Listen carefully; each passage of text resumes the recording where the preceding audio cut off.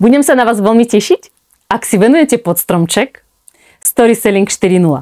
My štartujeme síce 8. januára, ale sami vidíte, ako ide rýchlo čas a doprejte si práve zažiť takéto školenie, ktoré vás poprvé bude baviť, po druhé veľa sa naučíte. Je to návyk, to znamená prechádzate transformáciou z bodu A do bodu B. Ja vás tam prevediem a ukážem, ako sa to na sociálnej sieti dá robiť tak, aby ste neprichádzali o čas a zároveň videli užitok. Venujem sa vám osobne, aj keď sme v menšej skupinke, vždy sa dostanete k slovu, vždy máte priestor povedať a spýtať sa konkrétne mňa, o čo sa jedná. Prechádzame z toho, že robíme analýzu na začiatku, na konci máte komunitu, s ktorou môžete zdieľať a mať dodatočné debaty alebo feedback, brainstorming. Takže vás pozývam, aby ste sa stali súčasťou Story Selling 4.0.